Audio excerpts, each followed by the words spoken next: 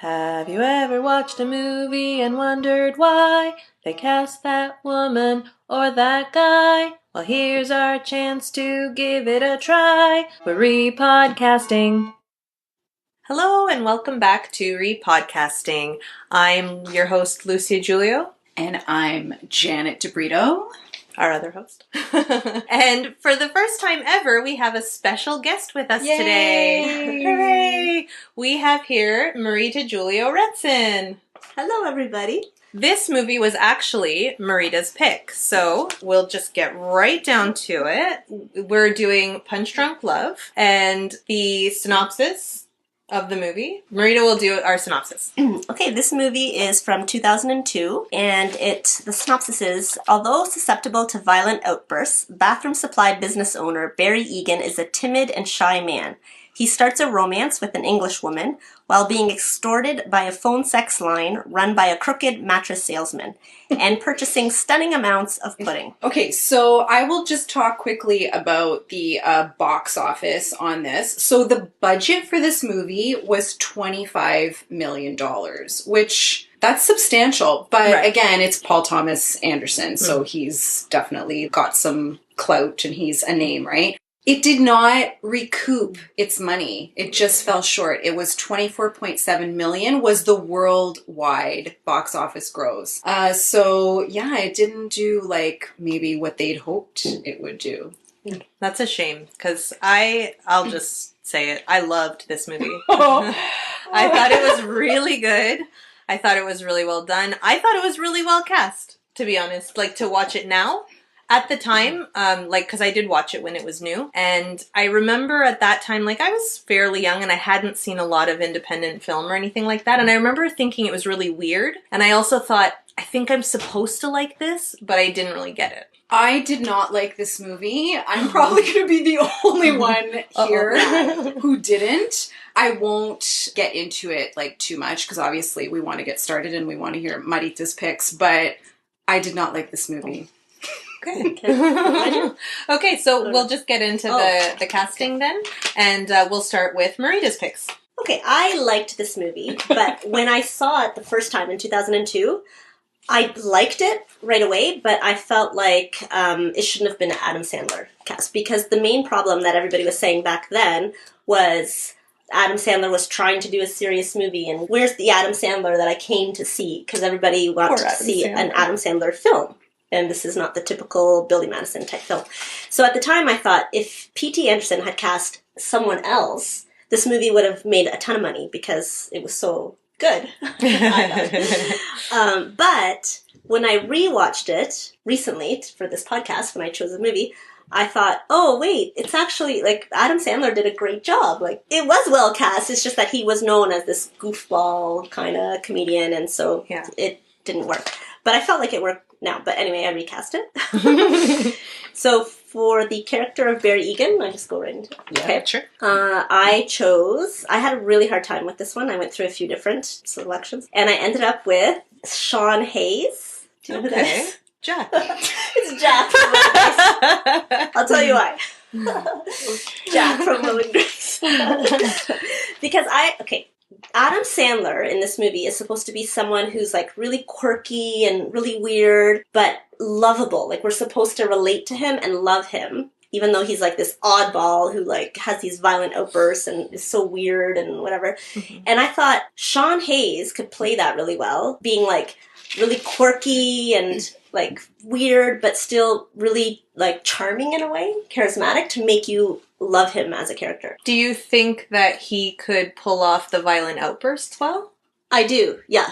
I thought, because before he became Jack, he did a whole bunch of commercials. I know commercials aren't the same, but do you remember him in commercials? No. Okay, I really liked him right away. He played more serious people in the commercials, and he was a good actor, but then he became Jack and he became super famous, and I feel like he didn't move on from there. So here's a question that I have, and it's not necessarily about Sean Hayes, because I actually think that Sean Hayes could pull this role off. I think Sean Hayes has the ability to do drama as well as comedy. My question for you is this. you're saying, like, we're supposed to find Adam Sandler's character lovable. Did you actually find him lovable? Because this was my issue with him in this role, was that I didn't feel that he had the acting ability to pull off that sense of pathos. Yes, he's lovable, but you're also supposed to sort of feel sorry for him. And I never felt that at any point. So for me, like, that's where he failed. Not just there. He failed on numerous other levels. Oh boy. But for me, like, that was the main thing that I noticed. So I want to ask, did you not feel sorry for him because it's Adam Sandler? No. Okay. Because he's like quirky. Yeah, no. It wasn't because of that. I just didn't feel as if he was able to pull off that vulnerability that role required. I felt, honestly, while I was watching it, I felt like I was watching a watered down version of the character that he does in Little Nicky. Oh, I've never seen it. That's how I felt. I've never seen Little Nicky. I can't laugh along. Oh my god! But I felt, the first time I watched the movie, I felt like Adam Sandler can't do this, and he's like, the movie's ruined because it's Adam Sandler trying to be this like really serious role. But watching it now, I didn't feel that way. But I don't know, maybe watch it in 18 years and then. I definitely felt that pathos. I felt so bad for him, and like I bought into his portrayal from the start. I have to say, I don't know. Okay, so the character of Lena Leonard, which was played by Emily Watson, I thought she did a really good job too, and she was really cute and weird and worked with Adam Sandler. But I recast Kate Beckinsale. Okay. She's been in Brokedown Palace, Pearl Harbor, and Serendipity. And I thought her and Sean Hayes look good together. So as I was recasting this, I was thinking, I wish I could see them audition together. So I could see their chemistry. But physically, I think they would work together. I agree with you. You know what's funny? I actually almost cast her as well. I had a list of potentials for that role, and she was one of them. Because I thought of her, I can't remember the name, but you know that movie that she did with John Cusack? Serendipity. That's it, Serendipity. She did, and I was like, she could totally do a romantic comedy, because this movie is actually described as a romantic comedy, and I was like, I could see her in that role, so good pick. Yeah. Interesting. I like that pick too. Okay. Next was the role played by Philip Seymour Hoffman, which is Dean Trumbull, the crooked mattress salesman who extorts Barry Egan. And I thought Philip Seymour Hoffman did a great job in his role. He was perfectly cast, I thought. But in the spirit of this recast podcast, I recast John Malkovich. Oh. Because I think... of being John Malkovich. And he's also in The Libertine. And so this character is someone who's like... He's got to be aggressive, right? So he's like angry and aggressive and threatening. But in the end, Barry Egan's character wins. So it has to be someone who's not too scary, like not too aggressive, And I thought John Malkovich would be perfect because he would have his violent outburst and he'd kind of be scared. And then somebody would put him in his place and he'd just cower. Yeah, John Malkovich has just the right amount of crazy for that role. That's really good. Oh, thank you. Okay, who wants to go next? Okay, Lucia, I will go next. Actually, full disclosure, Marita and Lucia are sisters, so we might sound the same. So this is Lucia now. So now my picks. For Barry Egan, I cast Bob Odenkirk from Better Call Saul. What? Why is that so funny? Is that Saul? It's Saul from Better Call Saul. Okay. I also was thinking of somebody who can be kind of quirky and goofy and lovable, but who can do the violent outbursts too, and I think he's really good at that. Okay, I know who he is, but like, was he around in 2002? I was just thinking that too. What was he doing at that time? And do you think that he's somebody who could have gotten like financing for this movie? Like, is he a name that people would have been like, okay, we'll give P.T. Anderson the money?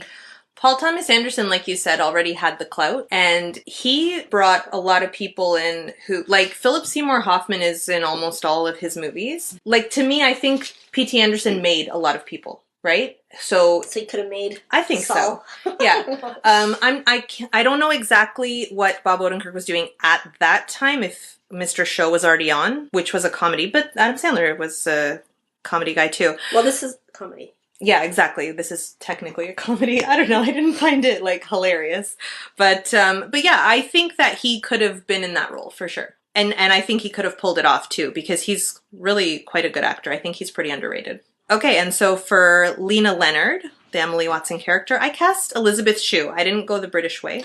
She was in Adventures in Babysitting, and yeah, I think that the age difference between those two characters. So. Who do you want to know? Actors. The two that I cast? Yeah. 1 year. Bob Odenkirk is 1 year older than Elizabeth Shue. And Adam Sandler is 1 year older than Emily Watson. Yeah, so she was also in Leaving Las Vegas. I don't know. I just, to be honest, for her, I just kind of like was able to picture her. I don't really have like any kind of logic behind it. I don't. I just thought of her and I was like, yeah, I could see her in that. Yeah, I think Elizabeth Shue, I think she could do that role. I don't know about the chemistry between her and Bob Odenkirk. I don't know. Mind you, I did not really feel that there was any chemistry between Adam Sandler and Emily Watson. Like, for me, it was not convincing. I didn't buy them together as a couple at all. And if anything, that's where I really liked Emily Watson. Out of the two of them, she made me believe. Yeah, I agree. I agree with that. She made me believe that, that there potentially was something there and that I was getting nothing from Adam Sandler. Yeah, I totally agree. I felt that too. I felt like she, especially the first time I saw the movie, I thought she's carrying this movie.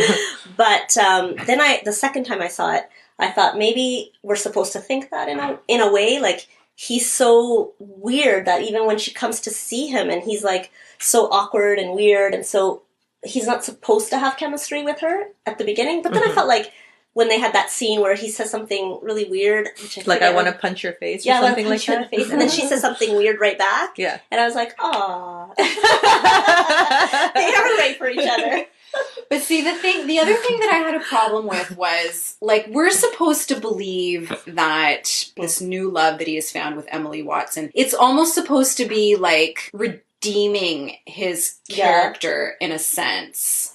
And I wasn't getting that. And I don't know, maybe, again, I'm not a fan of Adam Sandler's, but I really tried to keep an open mind about this movie because I really tried to understand, where he was going with his performance. And I didn't find that the love that was happening between them made him any more appealing as a character. If anything, I almost felt that it fueled the rage issues that he had in a sense because he goes to that mattress store at the end. One of my favorite parts of this movie was he shows up at the mattress store with the landline in his hand. The phone. Yeah. And it's where is he going with this phone? And it's almost yes, the love seems to be giving him strength, but also you almost get the sense that it's fueling his rage. Even when he gets to Hawaii and he gets on the phone with his sister and he completely finally loses it. Mm-hmm. So that's why I felt that P.T. Anderson was maybe trying to make us believe that this love is redeeming, but I felt it was going the other way.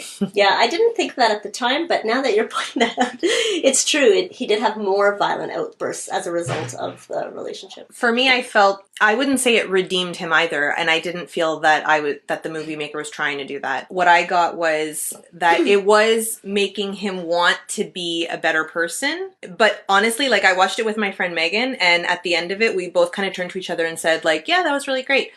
But I hope he gets help because he still clearly needs professional help. Yeah. But to me, I felt like the love that he was experiencing with her was enough to make him get the help he needs. I don't know. That's what I took away from it. But yeah, so my last character, the Philip Seymour Hoffman character of Dean, I also wanted somebody who is like pretty crazy. They can be really like violent and big and everything. Who did you? Is this going to be Jack Black? No. And it's not Benedict Cumberbatch either. I picked... Don't drink. Oh no.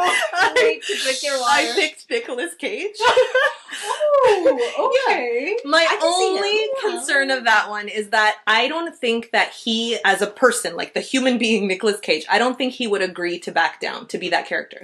You know, He always wins. You know what? I think Oh. Nicolas Cage would have been a good Barry Egan. Oh. Yes. Yeah, maybe. Yes.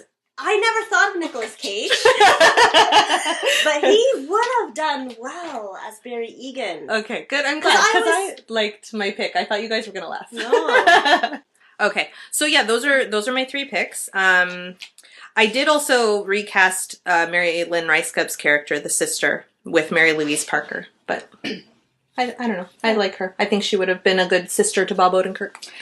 Okay, so my recasting, I think my picks are going to be like a lot more controversial All right. than you guys. Okay, so for the Adam Sandler character, Barry Egan, I know that you guys are going to throw some hate at me for this, but I honestly, like, I was thinking of this person as I was watching the movie. Like 20 minutes in, I was like, I'm not feeling Adam Sandler in this role. And this person immediately popped into my head. But I'm almost sorry now that I didn't select Nicolas Cage. That's brilliant. Yeah. I chose... Oh, here's the other thing I just want to preface. I felt that the characters were too old, in a sense. Oh, yeah. And it's funny, because I actually Googled to see, like, how old they were. Adam Sandler was 36 at the time, and Emily Watson was 37. And I felt like, just based on the performances... Yeah, she was... 35. Yeah, he's a year older. I Oh, Googled really? it too. Okay, sorry. But it's okay. I felt... Well, they're about the same age. Right. I felt that based on the characters and sort of the way they were, I felt that they should have been younger. Okay. To me, it felt like that behavior and just what was going on, it should have been younger characters. So that's so my characters are younger. That's funny because I actually felt that it was maybe the way they were behaving to me felt more like it did match their ages. Yeah, like he was so introverted and so messed up because of his sisters, it seemed, that he wasn't able to make connections sooner at a younger age. So that's why, you know, this woman comes into his life and she's kind of pursuing him. I don't know, to me, like, the ages felt perfect. That's a good point in regards to him. Sure. Not necessarily in regards to her, because you have to think, like, a woman, first of all, women are usually more mature than men anyway in behavior. I mean, maybe I'm stereotyping, but that does tend to be kind of the way it goes. But also, I felt that somebody her age would perhaps not necessarily, how do we want to phrase this? Put up with someone like him? Put up with someone like him? Yeah, exactly. That's just too old. I felt like someone her age would have more agency about herself and about how she carried herself, and that she would probably, like, walk away from that. So that's why I went younger. Okay. Because I felt that the story merited younger characters. So for Barry Egan, I chose Leonardo DiCaprio. You know what? That's the first person I thought of to recast. That's the first person I thought of. No, I really did. And then I thought, no, not But really. then I thought maybe it's just because of What's Eating Gilbert Grape. He was really good, but he was like a kid. But then I thought he's too good looking. Mm-hmm. And I thought somebody that too. that good looking, I don't know, would be that messed up. Well, that's so weird. Yeah. Even more messed up. Here's the thing. I chose him mainly because I thought to myself, I would have loved to have seen what he would have done with that character. That character to me had so many layers. Yeah. that needed to be explored. And I felt that in Adam Sandler's hands, he just didn't have the ability to go there as an actor. Whereas someone who is, you know, maybe better at dramatic roles, but also I just feel like Leonardo DiCaprio could have hit all those different layers. And I would have loved to have seen in his hands what he would have done, like the outbursts, but also like the romantic lead. Like you would totally buy him as a romantic lead. Yeah. And you know what? If you've seen The Aviator, which actually came out the same year as this movie in 2002, it very much reminded me of his character in The Aviator, because he played Howard Hughes, who also had like OCD and had like, you know, like, I don't want to call it, that's not mental illness, but some people... mental disorder. Yeah, I guess. So I felt that it would have been interesting to see what he would have done. Do you guys have any comments? Or I thought of him right away and then thought no, because of I just felt he's too good looking, because I feel like the character Barry Egan is the way he is because of the torment of his 7 sisters. Like they're relentless, and it would make anybody crazy. And I just feel like if it was someone who looked like Leonardo DiCaprio, he'd just like have girlfriends in high school and have like get away from them more easily than... Yeah, I can see what you're saying. The other thing too that, and I mentioned this earlier about how I felt that Adam Sandler like didn't have wasn't able to necessarily show that vulnerability. Like I felt that Leonardo DiCaprio could definitely go there. Yeah, I think there's no question that Leonardo DiCaprio is a better actor than Adam Sandler. Oh, but poor Adam Sandler. I feel really bad because I do think he did a good job. I honestly do. Too. And Roger Ebert also in his review of the movie, he also like praised him highly, and it's really unfortunate because that it did so poorly, because I think that made Adam Sandler not do that ever again, not try to go out of his wheelhouse ever again, and then now we get the garbage that he's doing nowadays. Actually, except that he did try it again. Did he? I was looking this up, and so he did things like Spanglish, which is not in his wheelhouse. Yeah. And there was another movie he did that was more serious too, but I can't remember. Oh, Funny People, right? Yeah, very serious. So he has tried again. Okay. Or you're not. You know what? It's interesting that you said that about Roger Ebert, because I actually found a quote from Roger Ebert, and he said, "Why would a brilliant young auteur," he's referring to P.T. Paul Thomas Anderson, "throw himself on the altar of the king of moronic farce?" So, like, while he praised him... No, he did. While he praised him, at the same time, like, I felt like he was sort of criticizing it. Yeah. And it's funny, too, that you're saying that, because there's a really... If you guys are interested, like, in additional reading about this movie, I found this really good article on Grantland. I don't know if you guys are familiar with that. No. It's called Grantland. It's a website. And this article was from, it was December 2014, and they interviewed P.T. Anderson about the movie. Yeah. And it's really good. It's really interesting. And, you know, they asked him, like, why did you specifically pick Adam Sandler? Mm-hmm. And he said that he picked him because, you know, a lot of people really like try to like psychoanalyze this movie. Mm-hmm. And P.T. Anderson was like, it's not that deep. He's like, it was interesting that he said that. He was like, I just wanted Adam Sandler because at the time, he's like, I thought he was really funny and I wanted to work with him. Yeah. And it was that simple. Yeah. So it's Grantland. And it was a really good article. Like, I have it written down. I can give it to you after. Yeah, that's really interesting because I read that Paul Thomas Anderson does not talk about this movie in interviews. So I can't wait to read that. Okay, so moving on to Lena Leonard. Like I said, I liked Emily Watson. I don't know that I would necessarily, I recast the role specifically for this because we were doing this, but I thought she was very good. I really enjoyed her. Mm-hmm. She was the one thing that sort of worked for me in this movie. So I selected another big name. I picked Winona Ryder. Ooh. Yeah. Because again, I picked her because, again, like, I think she can be really quirky. I think she does drama very well, and I would love to see that chemistry between her and Leonardo DiCaprio. Does anyone have any comments? I'm mad that I didn't think of her. I really am. I love Winona Ryder. Yeah. I think she is an amazing actor, and she's super quirky, and she'd be perfect. I didn't think of her at all.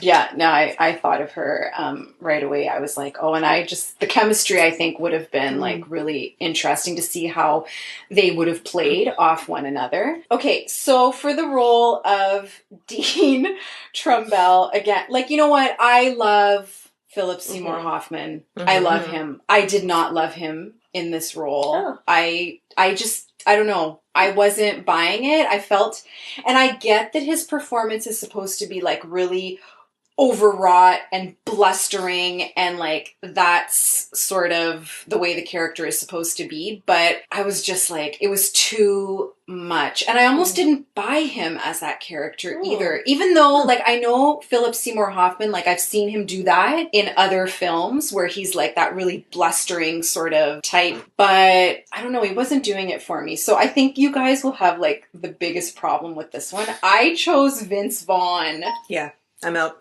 Nope. Vince Vaughn. No. I chose Vince Vaughn because, you know... What about the height difference between him and Leo? Oh, no, they're about the same height. Leonardo Vince Vaughn? Oh, yeah. Vince Vaughn is gigantic. He's like over 6 feet tall. So is Leonardo DiCaprio. No. Yes, Leonardo DiCaprio was like 6'2". What?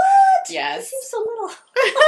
Lucy's Googling it. Leonardo DiCaprio is 1.83 meters. He's 6'2". Why don't you tell us It's in meters. What do you want? He's 6'2". He's 6'1" or 6'2". I know he's over 6 feet. He is very tall. He does not seem tall. Yeah. Yeah, they're like 10 centimeters apart. Wow. Okay. Yeah. Continue. He's tall. So, again, like, you know, that was actually one of the things maybe that bothered me too about that role. Like, the physicality of it. Like, I felt he was like this little guy. And I get it. That could be Philip Seymour Hoffman. Sorry. Was a little guy? Oh. Well, he is a shorter guy, right? And I get that, like, maybe it's that short man syndrome where he's, like, short, but he's, like, really loud and in your face. So I sort of get that. But at the same time, I felt like I would have loved to have seen, like, that on-screen chemistry with Leonardo DiCaprio and Vince Vaughn as, like, adversaries. I see Vince Vaughn as a goofball. And I couldn't, like, if I was seeing him in that role, I don't think I'd believe it. Because I'd be like, it's Vince Vaughn. Come on. He's not... He's like so he's not quirky. He's like a goofball is the only way I can think of it. I just don't think he could do it. He's so one note. I can't see him even being able to get through that role. Well, it's, you know what, and maybe because I've been watching season 2 of True Detective, but he's not one note. But maybe in 2002 we wouldn't have seen that yet. But he had done some dramatic stuff. Oh, yeah. I think Swingers. He was in Swingers. Yeah, but he was a goofball in Swingers. Yeah, but I think he could have done it. That's my pick. And again, like I would have liked to have seen how they would have faced off against one another. And I think too with Vince Vaughn, like I think he would have been menacing, but in a more subtle way. You know what? He was actually I had a hard time between him and the other person that I almost chose was Paul Giamatti. Yeah, I could see that.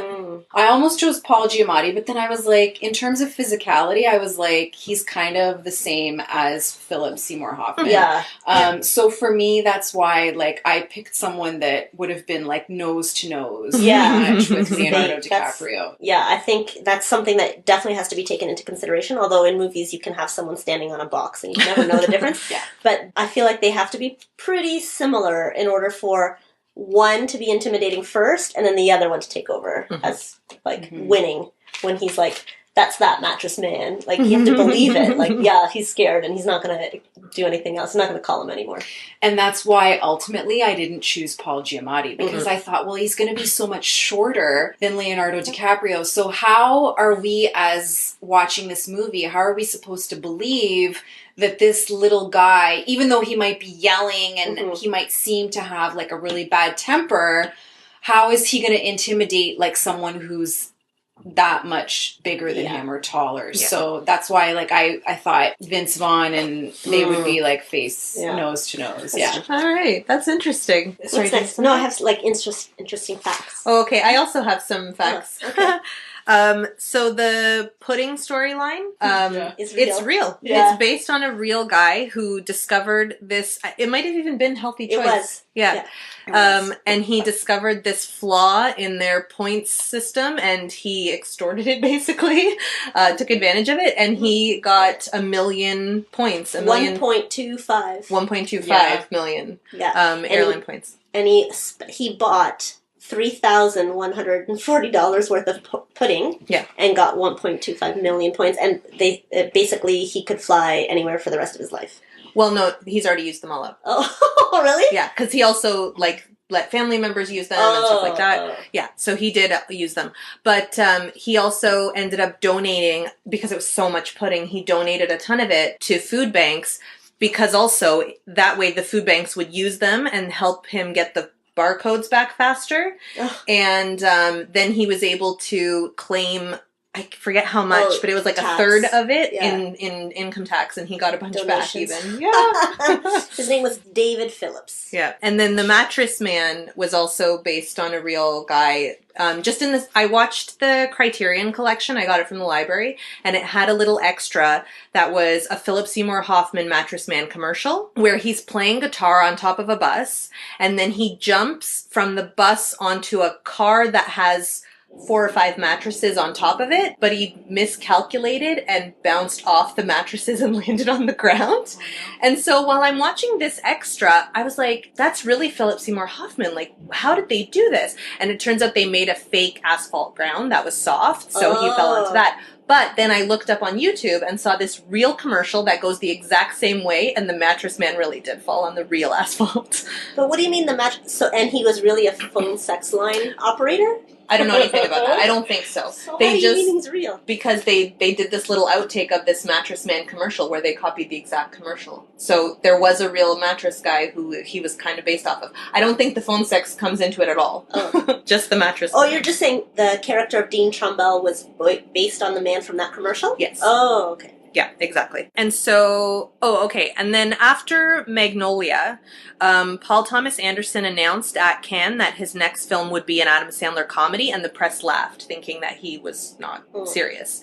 And so it is interesting to know that, he did just want to work with Adam Sandler.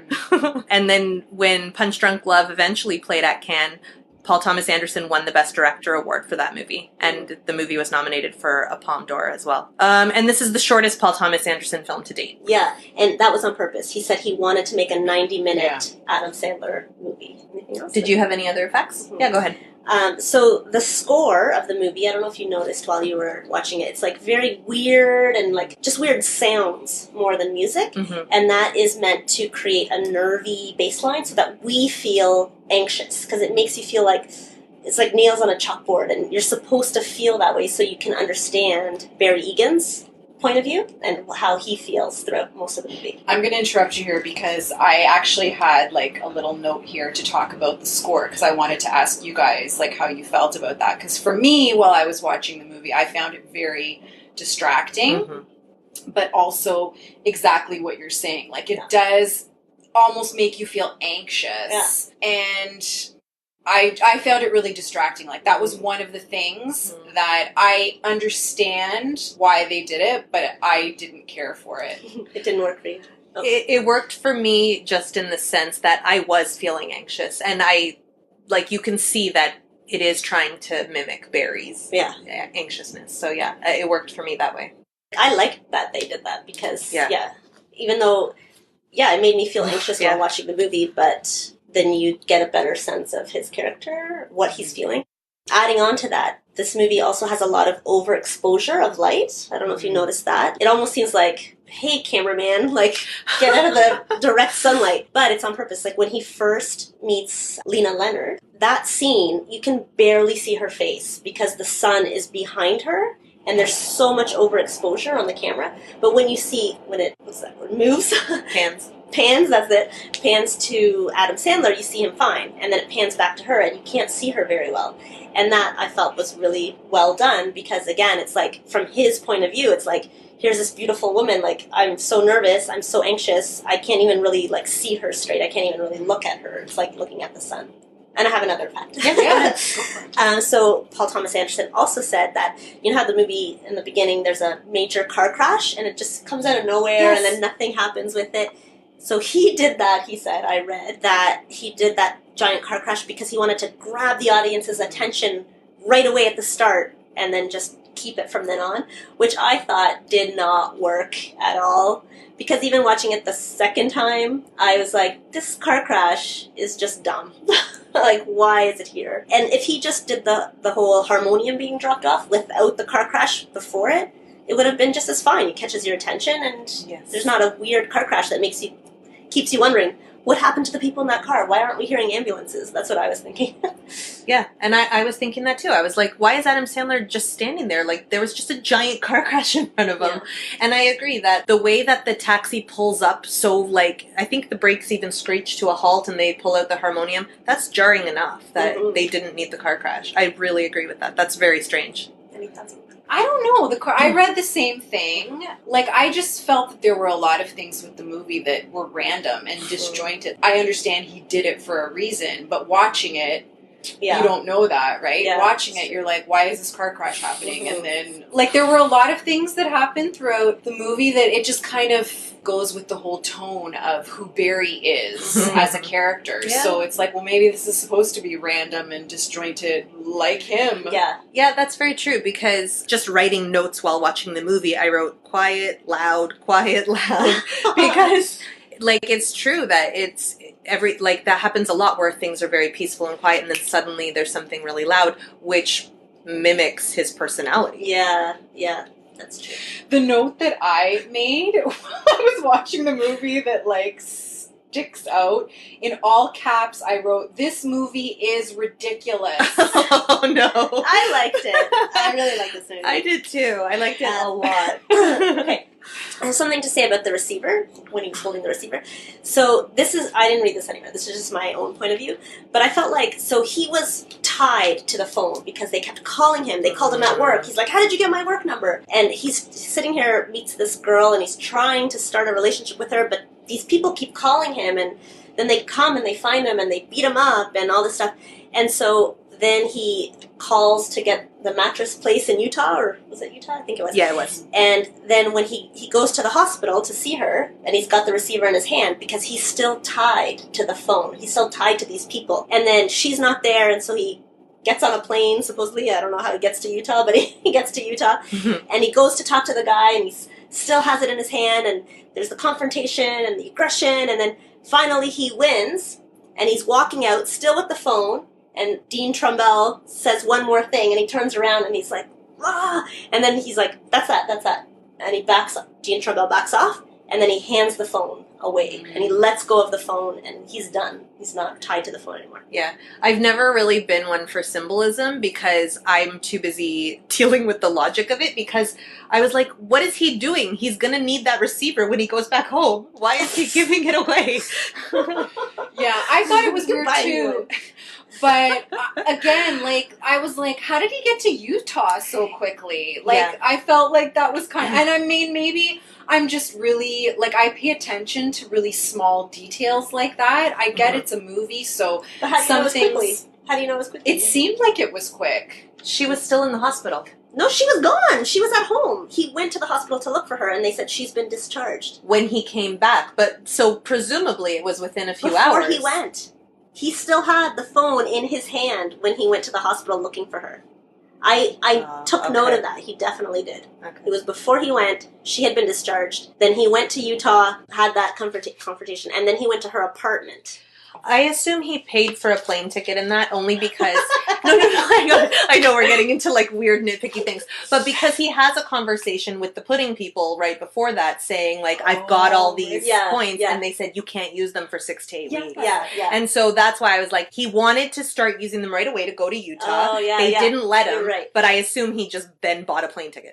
Okay, yeah, we are getting I'm sure P.T. Anderson would be like, who cares about any of that? So, he just got to Utah. Who cares? So, fun facts. I just had one that I found that I thought was really interesting. So, Adam Sandler said that he actually based his character on his friend Judd Apatow. Oh, that's so interesting because if you know the show Comedians in Cars Getting Coffee with Jerry Seinfeld, I just watched the Judd Apatow one, and he's quirky. He's a quirky guy. Interesting. Yeah, so I thought that was really interesting. Wow. I was like, wow, he based the character on that. So I wonder if Judd Apatow flies into a rage over things. I wonder. Sometimes. Maybe Leslie Mann cured him of that. Why? Because she's his wife. Okay. So he now has the love of a good woman. Oh, yeah. And that makes him strong. Was that the line? Yeah, the other thing that my favorite line from this movie is when Adam Sandler gets to Hawaii and he says, "It really looks like Hawaii here." I thought that was really cute. Because I get it, because that's showing that he doesn't travel. Yeah. Oh, I know. Oh, I liked it. It was cute. I did not like it. I did not find him cute. Oh, man. That's no, funny. I don't know. I'm going to say it one more time. I think Adam Sandler was terrific in this.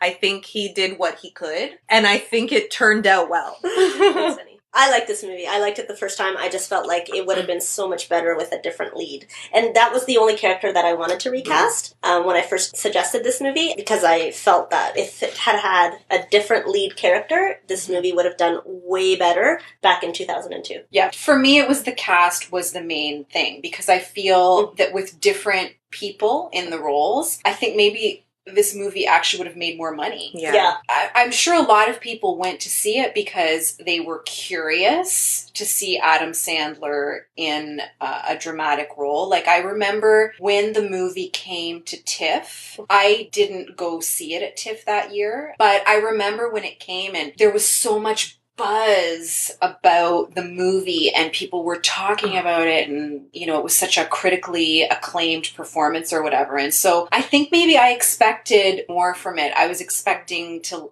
like him in it, because often you see comedians who do dramatic roles and they crush it, like they do a great job, and I just was disappointed because I'd heard so much critical acclaim and people had sort of showered praise on Adam Sandler's performance. I think I was expecting something of a different caliber.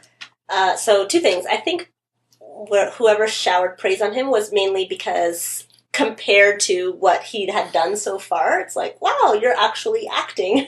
Like, not that he's, you know what I mean? Like, dramatically acting. The other thing I was going to say was your point with, so when Jim Carrey did Eternal Sunshine of the Spotless Mind, before that, he had just done those, like, weird comedy movies. And I thought he did amazingly well in Eternal Sunshine. I loved him in it. And I really believed him in that movie. But with this one, I did not believe Adam Sandler in this movie. I felt like I'm watching Adam Sandler play a serious role, and never did I get brought into his character as just the character, not the actor acting. Yeah, like I said, for me, there were so many times that I was watching it and I was like, this is just his character in Little Nicky, watered down. Like, I really felt that because there were so many of his mannerisms that it was just like, oh my gosh, like I'm seeing like other characters that he's done. And Little Nicky, for some reason, is that your favorite movie? That's my favorite Adam Sandler movie, is Little Nicky. I just could not get that out of my head, the whole Little Nicky thing. So yeah. Sorry, I just had Lucia look it up, but Little Nicky came out in 2000, so he had already done that movie, so I wonder... No, hang on, though, because you need to see Little Nicky, because there's no similarities at all between Barry Egan and Little Nicky. None. Okay, I'll have to... But I do get your point, because when he would, like, fly into his rages, it did remind me of Adam Sandler's sketches on SNL. Yeah. So, like, I do get your point to that. See, this is my point. Like, it reminded you of Adam Sandler. Yes. Like, Yeah. You're watching Adam Sandler, not Barry Egan, the whole time. Yeah. And that's the problem that I have with this movie. Because I think it's a brilliant movie. I love it. I love all the symbolism. I love the anxiety-causing score and the overexposure and all that. But you're watching Adam Sandler the whole time. And that's why I felt it needs to be recast. That's fair. Okay, awesome. Well, I think we had some really interesting picks. I think we did improve the movie, actually. I think we should make 3 movies with them. Yeah. Okay, and so it is time for our segment. Hold me close, young Tony Danza. Hold Me Close, young Tony Danza. And this is the segment where we recast Tony Danza into one of the roles in this movie. So we'll let our guest start first. Okay, so I forgot that I needed to do this. But I would recast him as Louis Guzman's character. I can't remember the guy's name in the movie. I don't remember. But Barry Egan's employee, that's who I would cast as Tony Danza. And he'd be like working in the warehouse, getting the plungers, asking, "What's wrong, Barry? Why do you have a harmonium?" or whatever. That's good. I could see him in that. I like it. I cast him as Walter the dentist, who is his brother-in-law, who was played by Robert Smigel. That was Robert Smigel? It was. No way. So I would have cast him as the mattress guy. I would love to see Tony Danza just get all mad and swear and totally go head to head with the main character. Can't you see Leonardo DiCaprio and Tony Danza fighting? That would be amazing. But yeah, I could, Tony Danza, I think Tony Danza could reach those depths of rage. I think he has it in him. I think so. I feel like I said that in a different podcast, but yeah. Okay, awesome. Well, I think that about wraps it up. I don't have any pending notes. Anybody else? No. Okay, awesome. I do have pending notes, actually. I just wanted to give the ratings real quick. The IMDb rating for this movie was 78%, and Rotten Tomatoes was 79%, the critic rating. I just want to say that I'm surprised I didn't laugh more at Lucia's picks today. Because usually they are a source of great humor. But good job, Lucia. And thank you, Marita, for joining us. And thanks for picking this movie, because honestly, this movie has been on my radar for years. Mm-hmm. It's one of those movies where it's like, I need to watch that, that, and I never got around to it. So thanks for picking it, because even though I didn't like it, I'm glad I can cross it off my bucket list of movies. But I'm glad I saw it, because it was an interesting cinematic experience. And he is a great director, and I think that not everything can be a success, but certainly, I mean, it wasn't a commercial success, but I think it definitely fits into his body of work really nicely, for sure. Yeah. He also wrote it. Oh, he wrote it? Yeah, he wrote and directed this movie. Thank you so much for having me as a guest. This is really fun. And for everyone listening, it's much harder to recast than you'd think. I went through several different choices for both Barry Egan and Lena Leonard. Yeah, I struggled with the Barry Egan character for a while on this one, too. Awesome. Okay, well, thanks very much. The next movie we'll be doing is Janet's wonderful pick. The Hunger Games. Ooh! Okay, thanks. See you soon. As always, you can find us on all the social media stuff as Repodcasting. And if you have any movie suggestions or any questions or comments you'd like to send to us, you can email us at repodcasting@gmail.com. Thanks for listening, and see you next month.